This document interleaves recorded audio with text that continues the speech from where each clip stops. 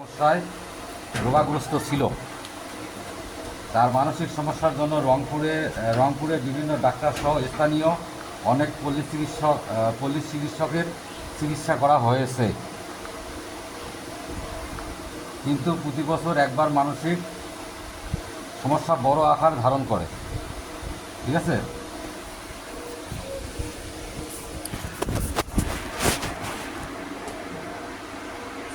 আমার ছেলে গুলজার ঢাকায় ছিল বৌমা সহ।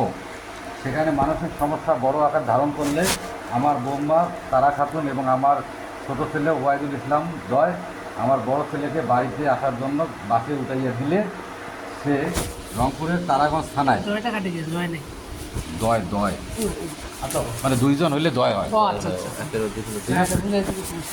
আমার বড় ছেলেকে বাড়িতে আসার জন্য বাসে উঠাইয়া দিলে সে রংপুরে তারাগঞ্জ থানায় এসে গাড়ির থেকে নেমে সেই এলাকায় ঘোরাফেরা করলে স্থানীয় লোকজন আমাকে সংবাদ দিলে আমার ছেলে গুলজারের চালক নাজমুল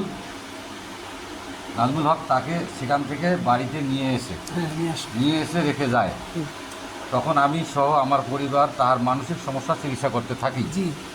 চিকিৎসা চলাকালীন 18/4/2025 তারিখ বিকেল 5:30 সময় হঠাৎ হৃদযন্ত্রের ক্রিয়া বন্ধ হয়ে মৃত্যুবরণ করে।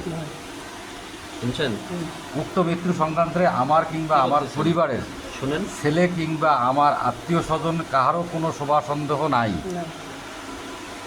আমার ছেলের মৃত্যুর ব্যাপারে আমি কোথাও কোনো অভিযোগ বা মামলা মোকদ্দমা করিব না, কিংবা আমার আত্মীয় স্বজনও কোথাও কোনো অভিযোগ করিবে না।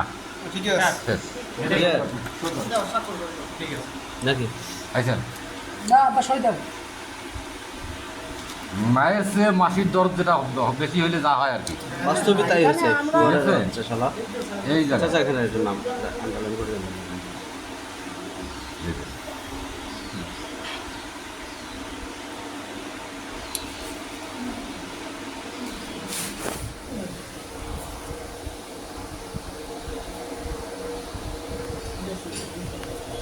আমার সুন্দর বলে আমি তো লিখলাম মনে হয় আমাদের